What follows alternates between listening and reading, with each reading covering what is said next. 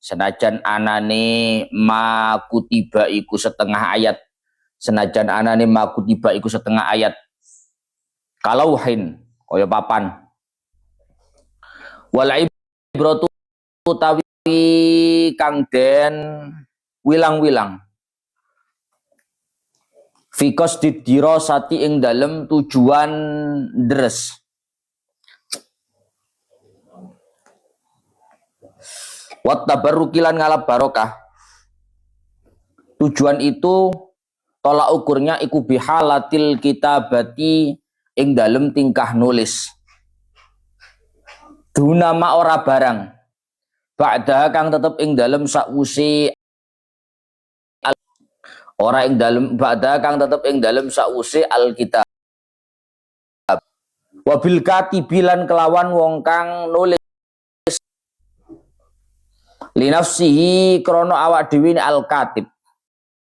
Si krono awak dhewe ni al-katib au li ghairihi utawa krono liyane al-katib utawa krono liyane al-katib. Tabarruan krono krono Allah, artinya cuma-cuma. Ora tabarruan. Wa ilalan lamun ora tabarruan. Fa amiruhu mongko utawi kang den wilang-wilang iku wong kang fa amiruhu mongko utawi kang den wilang-wilang iku wong kang katib. Lahamluhu ora haram gawa ing mushaf. Lahamluhu ora haram gawa ing mushaf ma'amatain sertane bekakas. Wal mushafu hale utawi mushaf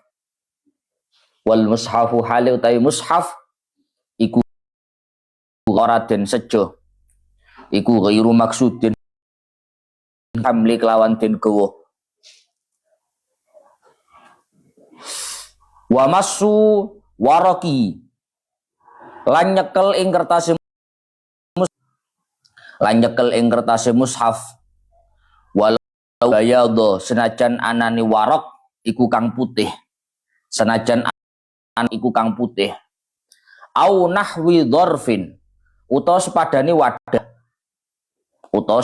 wadah uidda kang den cawisake apa dzarf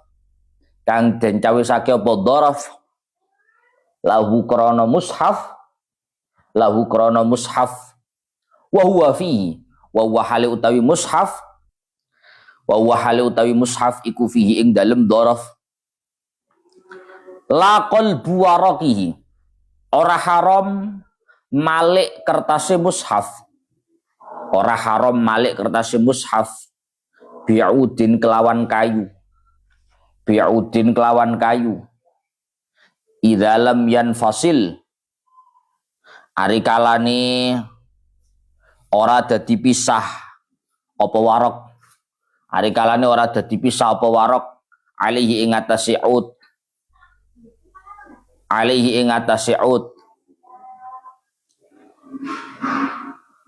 wala ma'a tafsirin lan ora sertane tafsir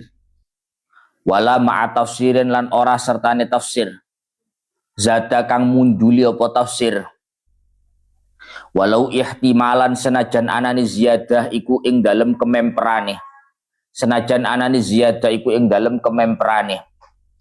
wala yumna'ulan ora den cegah sapa sobiyun lare mumayyizun kang wis tamyiz sapa sobi muhditsun kang hadas sapa sobi walau junuban senajan anane sobi iku kang junub apa hamlu wa massu nahwi mushafin gowolan jempok sepadane mushaf li hajati ta'allumihi krana hajat belajar ing mushaf yaiku belajar ing mushaf wa darsihi lan deres ing mushaf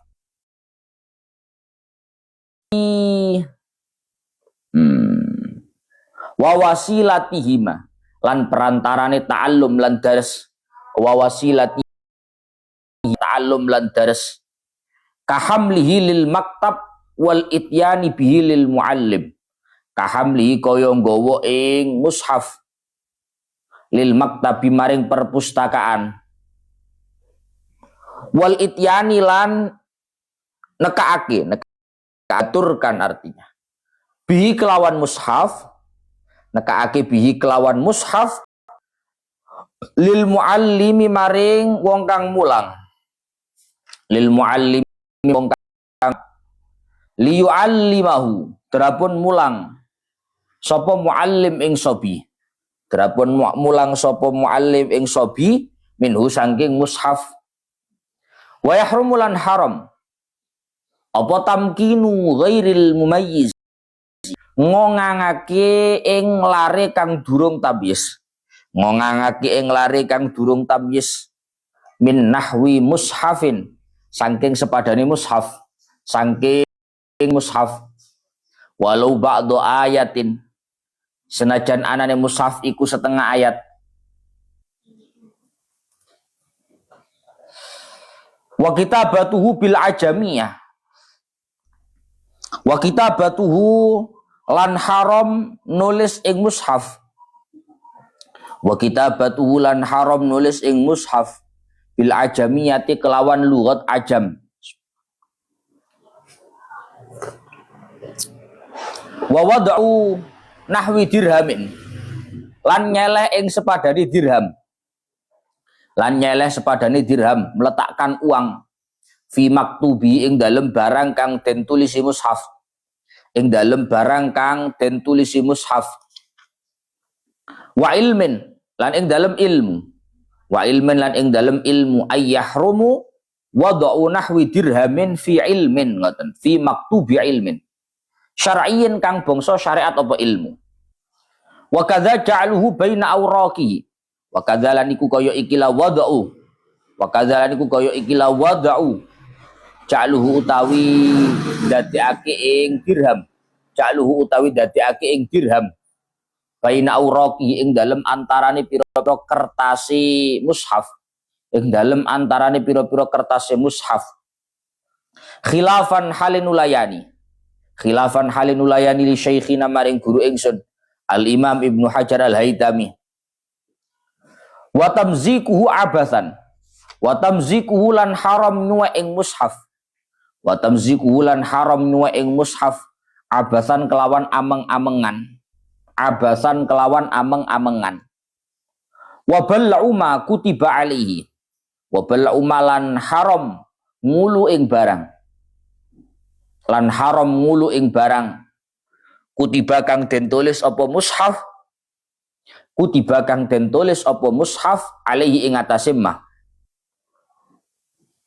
La syarbu mahwi, ora haram ngombe ing leburane mushaf, ora haram ngombe ing leburane mushaf. Wa maddur rijli lil mushafi malam yakun ala murtafiin, wa maddur rijli lan haram dawaake ing sikil, lan haram dawaake ing sikil lil mushafi maring mushaf malam yakun selagine ora ana apa mushaf, selagine ora ana apa mushaf iku ala murtafiin tetep ing atase nggon kang dukur, iku ala murtafiin tetep ing atase nggon kang dukur. Wa yusanu lan den sunnahake, wa yusanu lan den sunnahake apa al qiyamu ngadeg, apa al qiyamu ngadeg lahu krana arai mushaf, lahu krana arai mushaf kal alimi kaya wong kang alim, kal alimi kaya wong kang alim, bal aula bali utawi qiyam lahu iku luwe utama, bal aula bali utawi qiyam lahu iku luwe utama. Wa yukrahu harkuma kutiba alaihi, wa yukrahu lan makruh, wa yukrahu lan makruh apa harkuma ngobong ing barang kutiba kang den tulis apa mushaf, kutiba kang den tulis apa mushaf alaihi ing atase ma, alaihi ing atase ma illa li gharadi nahwi siyanatin angin krana tujuan jogo illa li gharadi nahwi siyanatin angin krana tujuan sepadani jogo fa ghusluhu aula minhu. Kalau memang niat dijaga Qur'annya itu mongko utawi basuh ing mushaf iku aula utama luwe utama minhu tinimbang saking harku wa yahrumu bil janabati. Pun sekarang melanjutkan keterangan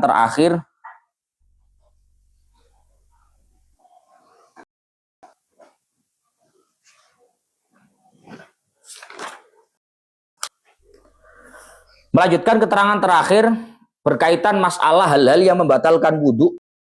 Kemarin yang terakhir hal-hal yang membatalkan wudu adalah talaki basyaratai rajulin wa unsa ajnabiyah, yaitu kulit, bertemunya dua kulit laki-laki dan perempuan yang tentu tidak ada hubungan di antara keduanya. Itu hukumnya menjadi batal wudunya.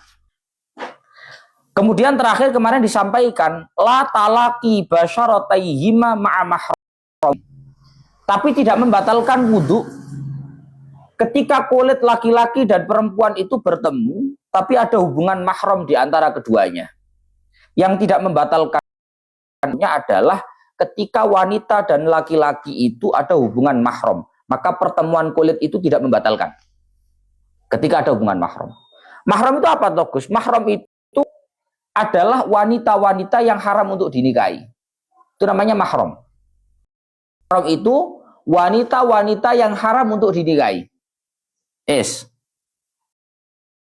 Itu ada yang binasabin, au radhain, au musaharatin.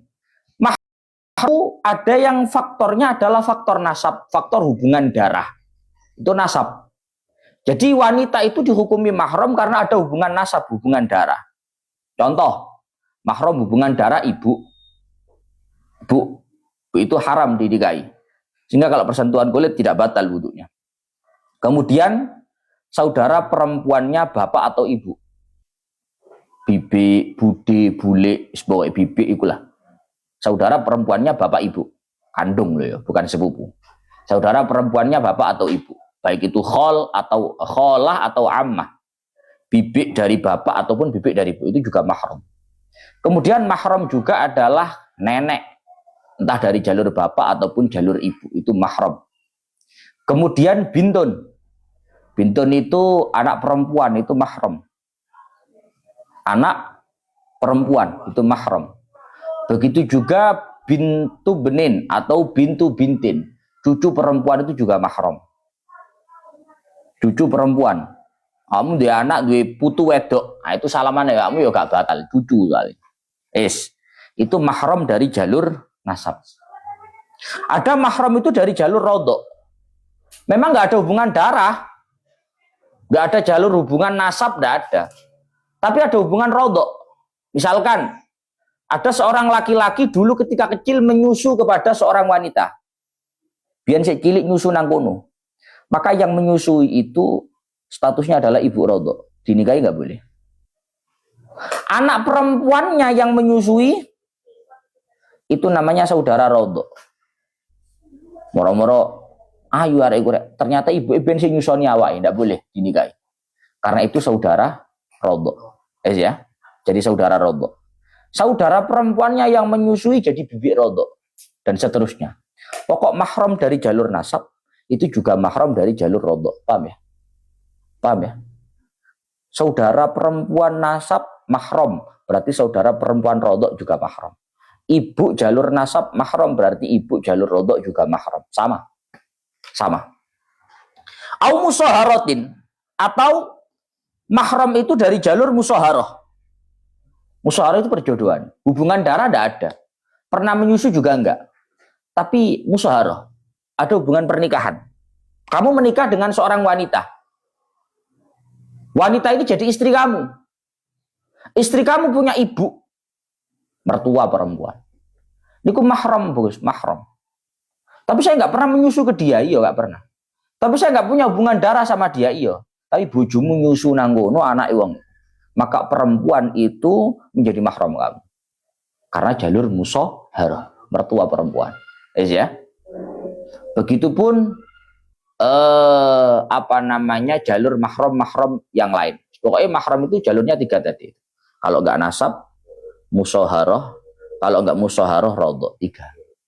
Yes ya. Sekarang saya tanya. Berarti kalau ada suami salaman sama istrinya, wudunya batal atau enggak?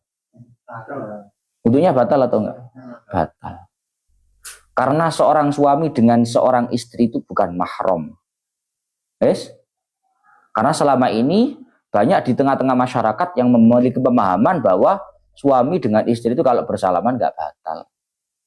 Kan sudah jadi mahramnya, Gus. Wong sudah nikah. Mahram apa? Justru yang namanya mahram itu yang haram dinikahi. Justru kamu menikahi dia bukti bahwa dia bukan mahram. Kan selama ini banyak yang seperti itu, Pak.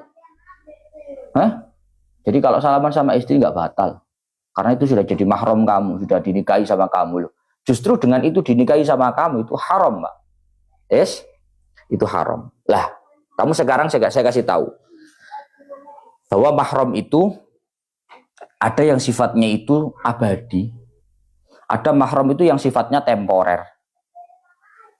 Ada tempunya. Mahram abadi itu seperti apa, Gus? Mahram abadi itu ya kayak mahram jalur nasab, ya. Mahram jalur rodok, itu semuanya abadi.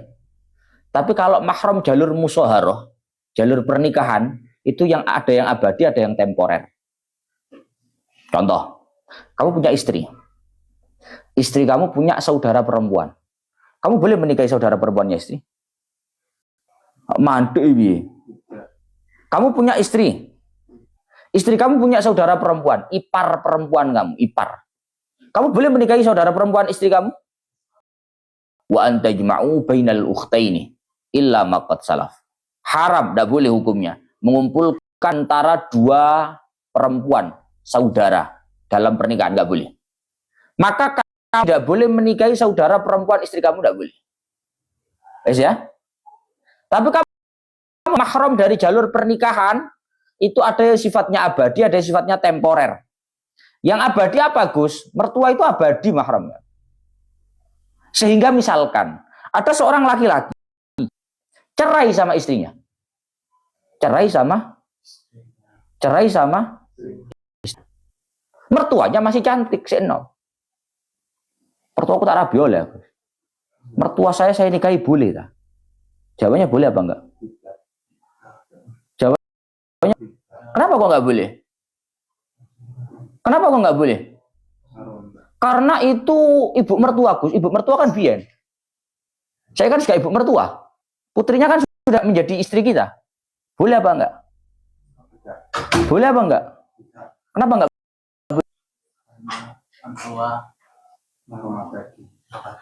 Karena mahramnya perempuan itu abadi. Jadi meskipun anaknya ini sudah cerai dengan kita, mertua itu tetap haram dinikahi. Kemahramannya abadi. Beda dengan saudara perempuannya istri. Itu kemahramannya tidak abadi. Tapi temporer. Saudara istri itu nggak boleh dinikahi. Karena kita menikahi saudara perempuannya. Saudara perempuannya istri itu nggak boleh kita nikahi karena kita menikahi saudara perempuannya. Tapi kalau saudara perempuannya ini sudah tidak jadi istri kita ceraikan atau dia mati, boleh nggak menikahi saudara perempuan? Paham nggak? Boleh nggak? Boleh. Mana nang Jawa itu ono istilah turun ranjang. Mari ngerabi Mbak E, ngerabi Adi.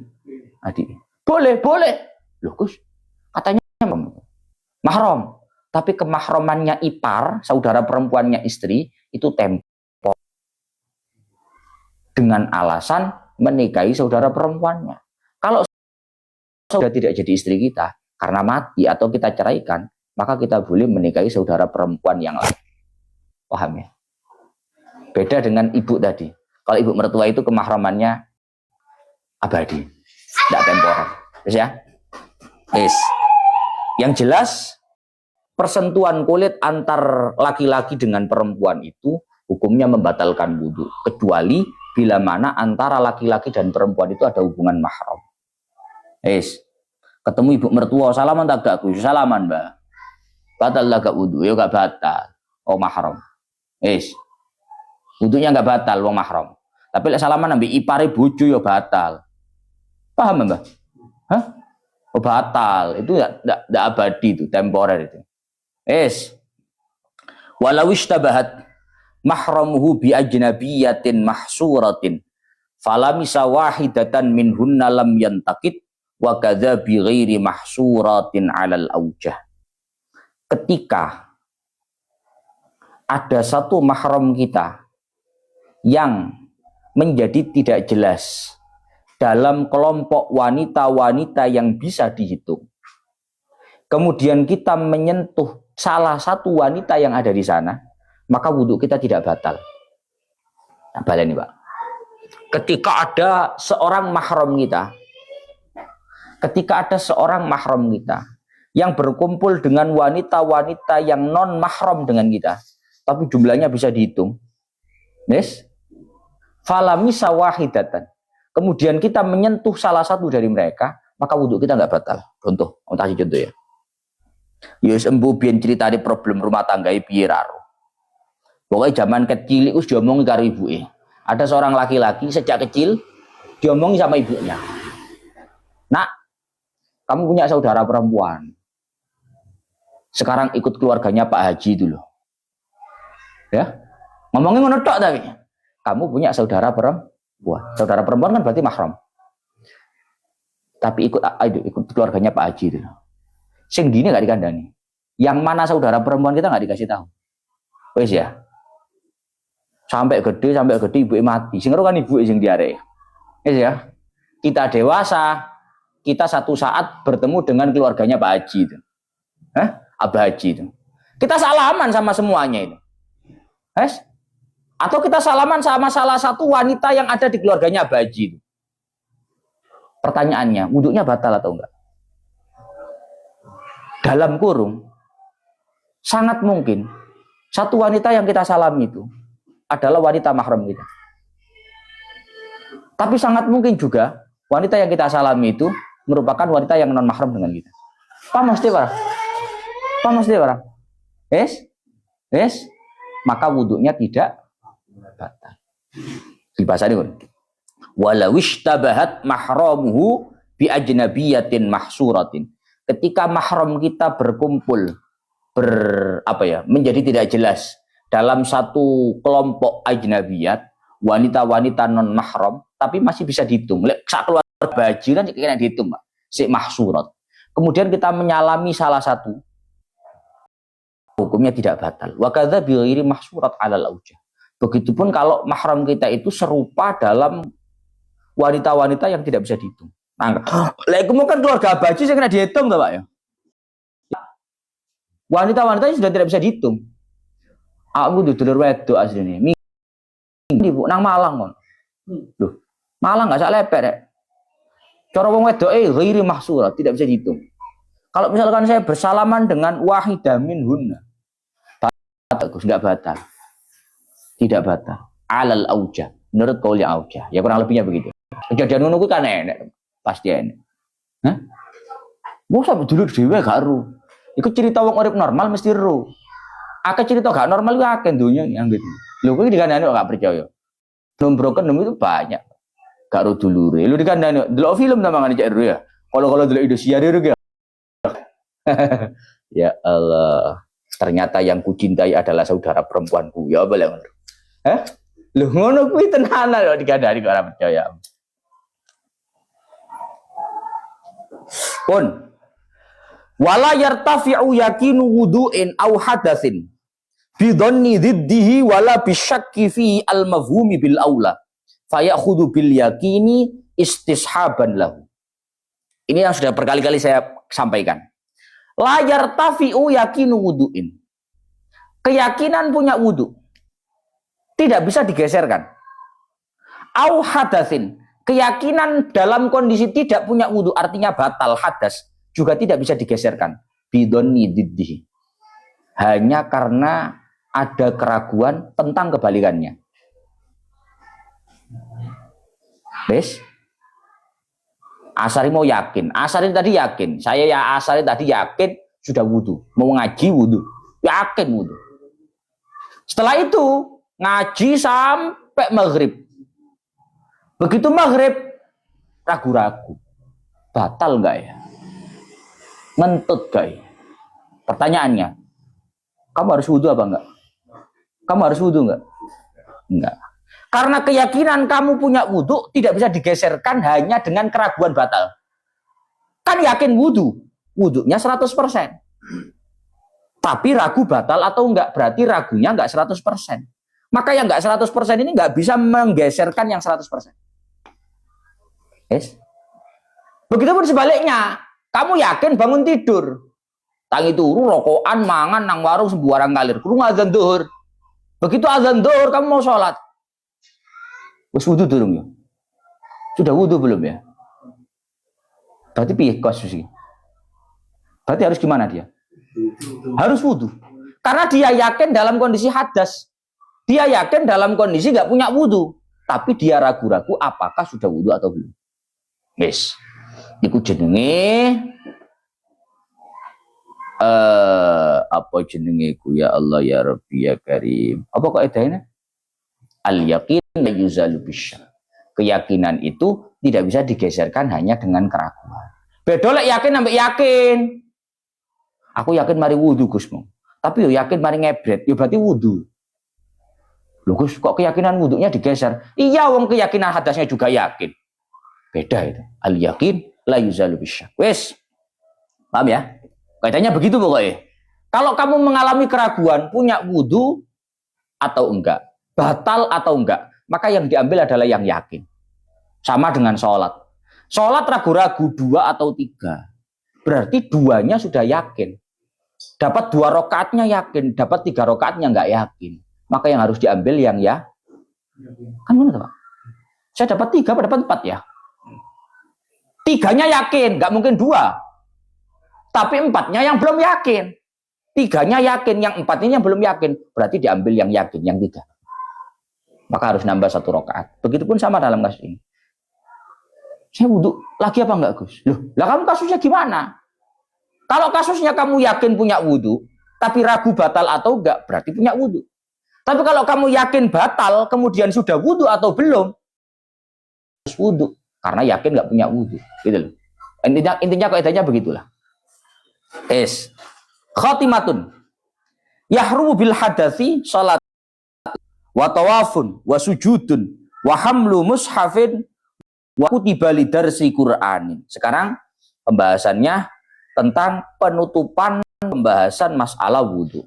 Yahrumu bil hadas. Ketika orang dalam kondisi jahil, artinya wudunya batal. Haram melakukan beberapa hal. Haram itu ya jelas gak sah. Lek gak sah itu gak usah dibahas. Tapi juga dosa.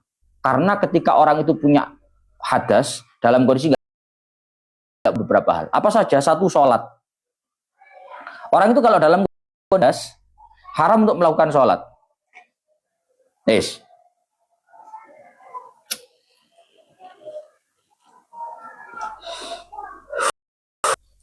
Jadi gue lek batal, Pak. Orang usah maksa sembayang. Kadang wedi. Misalnya Ibnu dikebrak. Durung diwudu ya. Daripada aku duri seneni. Saya sembayang wis dosa malah. Paham ya? Karena kalau kamu kondisinya nggak punya wudu, kamu sholat itu batal. Batal. Dosa. Alah, aku sholat sunnah loh. Wong nggak sholat, mosok sholat nggak pakai wudu, dosa. Justru kamu nggak. Tapi kalau kamu sholat nggak punya wudu itu dosa. Karena sholat itu maupun sunnah nggak wajib, tapi wudunya tetap wajib kalau mau melakukan. Paham ya? Kadang orang nemu dia pola pikir dewi ini. Enggak sembahyang duha gak dosa. Masa sembahyang duha sapi masih gak wudu. Kok dosa loh? Ya justru kuwi. Kalau kamu sholat, meskipun sholatnya sunnah, kalau kamu nggak wudu dosa. Beda, Pak. Jangan kamu punya pola pikir sebaliknya. Enggak sembahyang duha lo gak dosa, gak blas padahal. Dan yo sembahyang kali wudu. Sholat tuh api jangan, goblok kuwi jenenge. Mau sholat apik piye? Tidak ada pikiran seperti itu. Itu namanya tala'ub bil ibadah al-fasidah. Bermain-main dengan ibadah yang salah, ibadah yang rusak. Wa tawafun, begitu juga kalau wuduknya batal, haram melakukan tawaf. Tawaf itu harus suci. Wa sujudun, begitu juga kalau dalam kondisi hadas, haram melakukan sujud. Sujud apa Gus? Kok sujud? Sujud syukur. Sujud syukur lah contohnya. Kayak biasanya di lapangan main bola itu. Main bola bareng ngegulno, langsung sujud syukur. Wah, apik iki, apik. Cari masyarakat Indonesia kan ngono ya. Apik iki. Wis jelas islami banget iki. Goblok ujarnya. Takono nang ebrat fasilite mau. Kalau dalam kondisi hadas kan ya berarti nggak boleh Pak sujud syukur itu. Terlebih dia pakai pakaian yang tidak menutup aurat. Padahal syaratnya sujud syukur itu harus sama dengan dalam kondisi sholat. Karena sujud syukur itu sama dengan sholat. Harus punya wudhu, harus menghadap kiblat, menutup aurat dan lain-lain. Tapi kalau digedelok-delokan itu sapi, nah ya. Hah? Daripada gol meso-meso kan ya. Gol sujud kan ya sapi ini mesti. Ya Allah, ya Rabbi, ya Karim. Wa hamlu mushafin.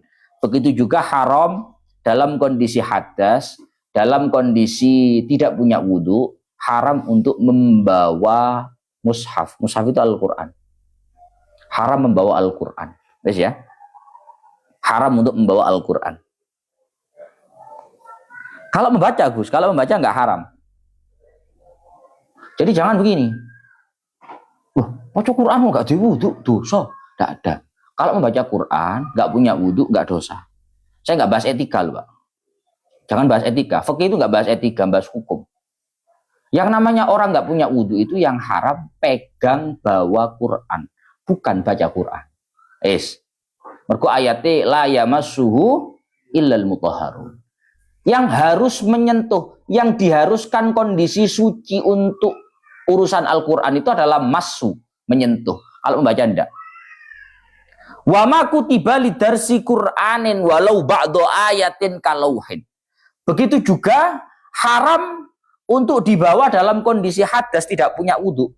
Apa-apa yang ditulis untuk tujuan dibaca dari Al-Quran. Maksudnya gini loh Pak. Lek koyok bawa khulasatul madad. Bawa khulasatul madad kan duduk Quran. Kata siapa bukan Quran? Mushaf itu yang penting ma kutiba lidarsi Qur'anin. Apapun yang ditulis dengan tujuan untuk dibaca. Itu hukumnya sama dengan mushaf. Walau ba'du ayatin. Meskipun itu hanya setengah ayat. Lah nang ngene khulasatul madad iki ayat piro kabeh? Mbok sa'i mbok gowo gak diwudu. Dosa kamu. Gak boleh. Majmu' Latif ini ya. Di majmu' ya. Digowo gak popo duduk Quran iki. Kata siapa itu bukan Quran? Itu mushaf. Mushaf itu ma kutiba lidarsi Qur'anin. Apapun yang ditulis dengan tujuan untuk dibaca dari Al-Quran, meskipun walau ba'du ayat, meskipun setengah ayat, hukumnya sama dengan Quran, sama dengan mushaf, tidak boleh dibawa dalam kondisi hadas, paham ya? Kalau seperti papan, nah papan nulis ing kuntum, menurut tak ada. Cara ing kuntum ayat Quran apa ing kuntum? Kul huwa menurut tak. Tapi tujuan nulisnya itu memang untuk dibaca. Walau ba'du ayatin, itu hukumnya sama dengan mushaf. Ya. Apapun yang ditulis dengan tujuan dibaca. Apapun yang ditulis dengan tujuan dibaca. Itu hukumnya sama dengan mushaf. Sekarang kebalikannya. Berarti apapun yang ditulis dengan tujuan tidak untuk dibaca dari Al-Quran, maka hukumnya tidak seperti hukumnya paham, Mbak? Kadang ono ayat Quran itu Pak ditulis, itu tujuannya bukan untuk dibaca, tapi untuk ngalap berkah, paham?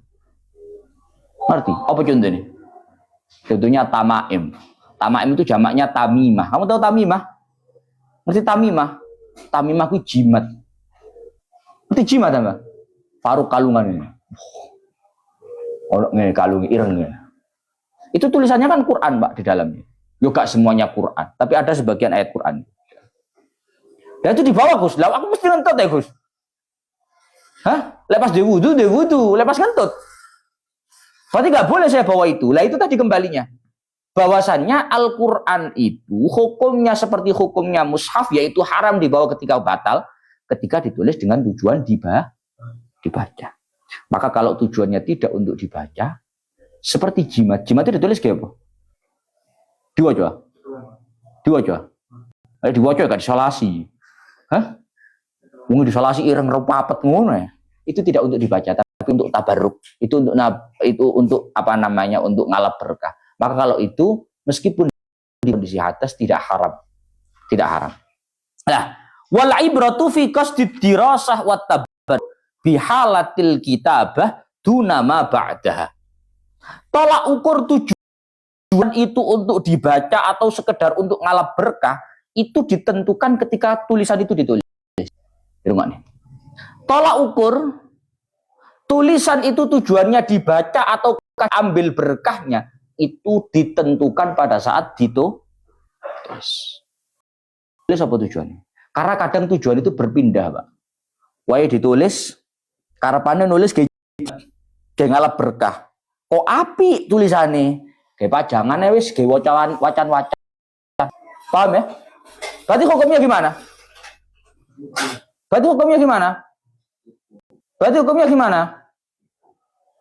Ditulisnya. Jadi lereng. Ada orang nulis, karepane nulis jimat, nulis ayat Al-Quran tidak usah, tapi untuk diambil berkahnya. Begitu ditulis, ternyata tulisannya bagus. Emang kayak jimat itu tulisan biasa welek, menceng. Apa ini? Kayak wacan wis, untuk dibaca aja wis. Hukumnya gimana? Berarti hukumnya gimana? Berarti nggak harus duduk ketika di bawah. Jadikan tolak ukur tujuannya itu adalah ketika ditulis. Dunama ba'da. Tidak tujuan setelah. Karena kadang berubah. Begitupun sebaliknya. Nulis Quran. Soalnya tirakat. Nulis Quran. Tulis kok welek. Hah? Kadung nulis kok welek tulisannya. Kayak jimat dibuntel lah misalnya. Kayak kalung kayak jimat. Gimana Gus? Sama hukumnya. Haram dibawa ketika karena tujuan ketika penulisan itulah yang ditentukan. Itulah yang jadi tolak ukur. Katibi li nafsihi aw li ghairihi tabarru'an. Begitupun tolak ukur tulisan itu tujuannya kemana itu ditentukan oleh yang menulis. Ditentukan oleh yang menulis. Kalau dia menulis untuk dirinya sendiri, maka tergantung niatan dia. Tapi kalau tujuan dia itu untuk orang lain, kalau tujuan dia itu nulis untuk orang lain, maka dilihat cuma-cuma atau dibayar. Tengok nih. Ada orang nulis. Yusakar pasti nulis lo tujuannya apa? Oh, enggak bisa. Kalau dia nulisnya cuma-cuma, maka tolak ukur niatnya ada di dia. Tapi kalau dia nulisnya dibayar, maka niatnya tergantung yang kan dia kok pulpen tok, Mbah. Hah? Sing duwe niat kan sing bayar. Kalau yang bayar itu niatnya untuk dibaca, berarti mushaf. Kalau tidak untuk dibaca, bukan mushaf. Kurang lebih begitu. Paham? Kok misalnya benar-benar ada uang, ono ayat Quran nih Pak, masih separuh. Haram nak kayak di apa jenenge di gowo Gus wae kondisi gak duwe wudu. Ya tergantung penulisannya untuk apa. Tulisan yo karepan cek barokah. Oh yo wis. Kayak nulis hot. Iya sama. Nulis khot itu ya, nulis ayat Quran khot itu. Itu hukumnya tulisan yang ada di situ apa Gus? Mushaf atau enggak? Tergantung dia nulis untuk siapa.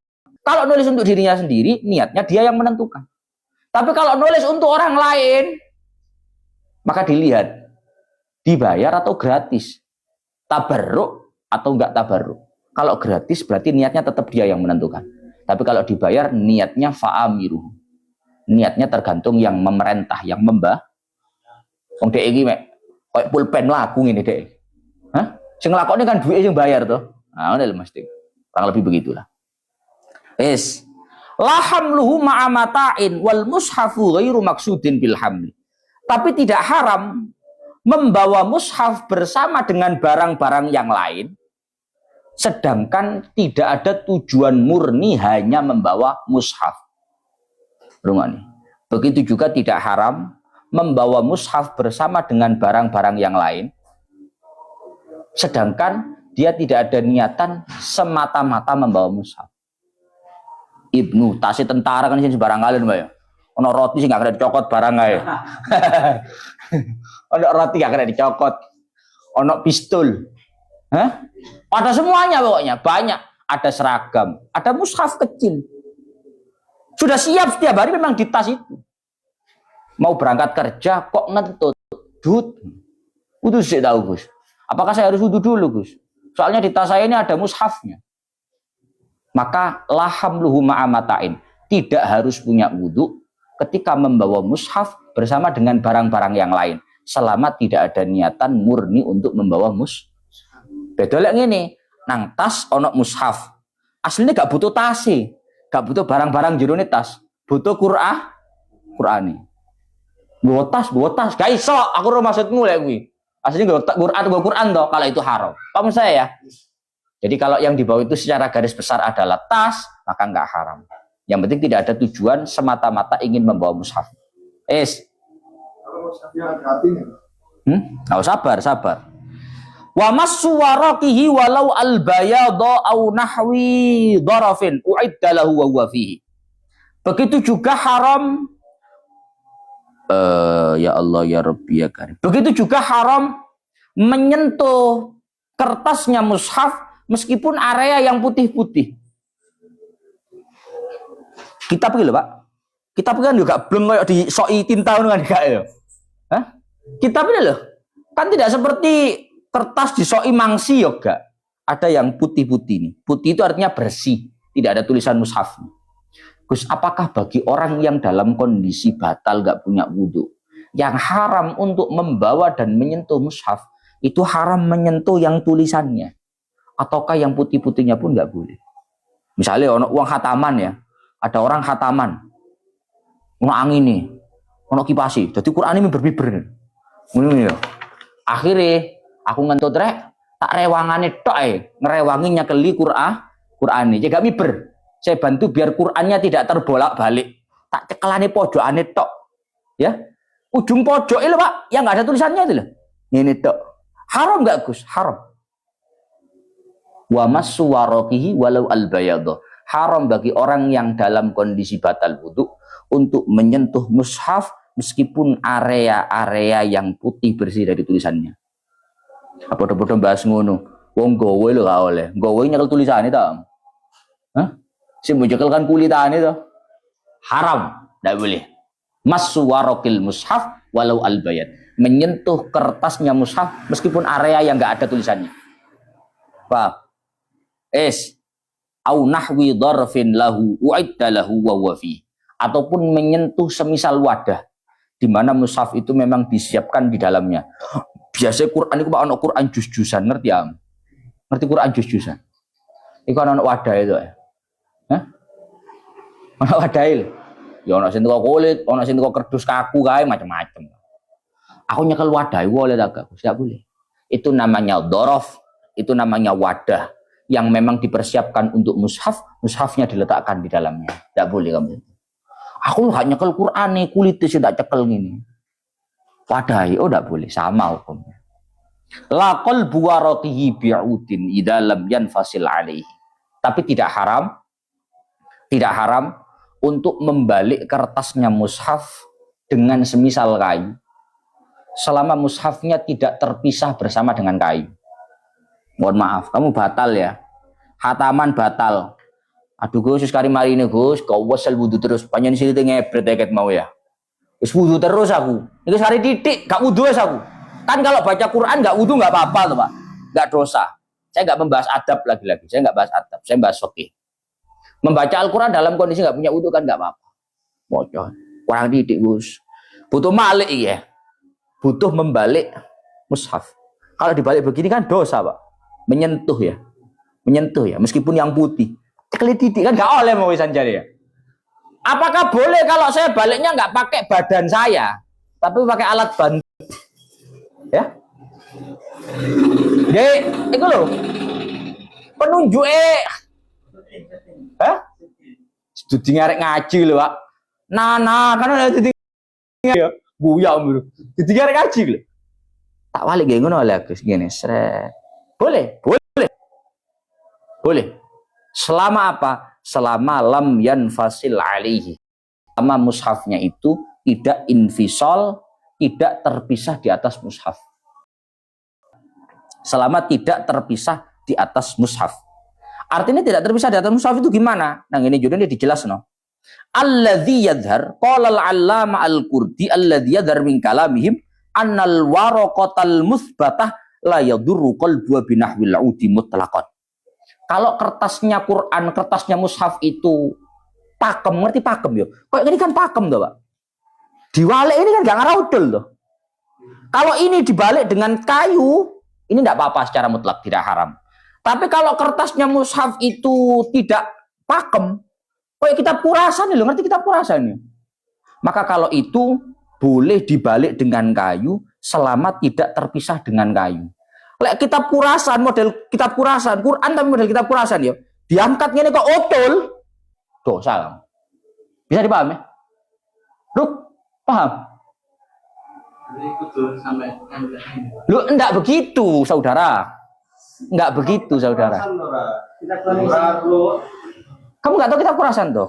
Ini kan kitabnya jilitan, Toruk. Ini kan nempel, Toruk. Ini mau kamu balik bagaimanapun, enggak akan kertas ini ikut kayu, enggak mungkin.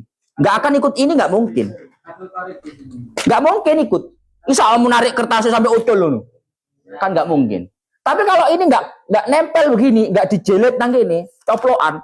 Ini kalau kamu angkat dengan kayu, kan mungkin kertasnya akan lepas dari rangkaian yang lain, terbawa dengan kayu. Itu yang haram. Mana catatan ini selama tidak infisol dengan ikut kayunya. Kurang lebih begitulah. Pun wala ma'at tafsirin sak menten lanjut besok ila akhiri wallahu a'lam bishawab.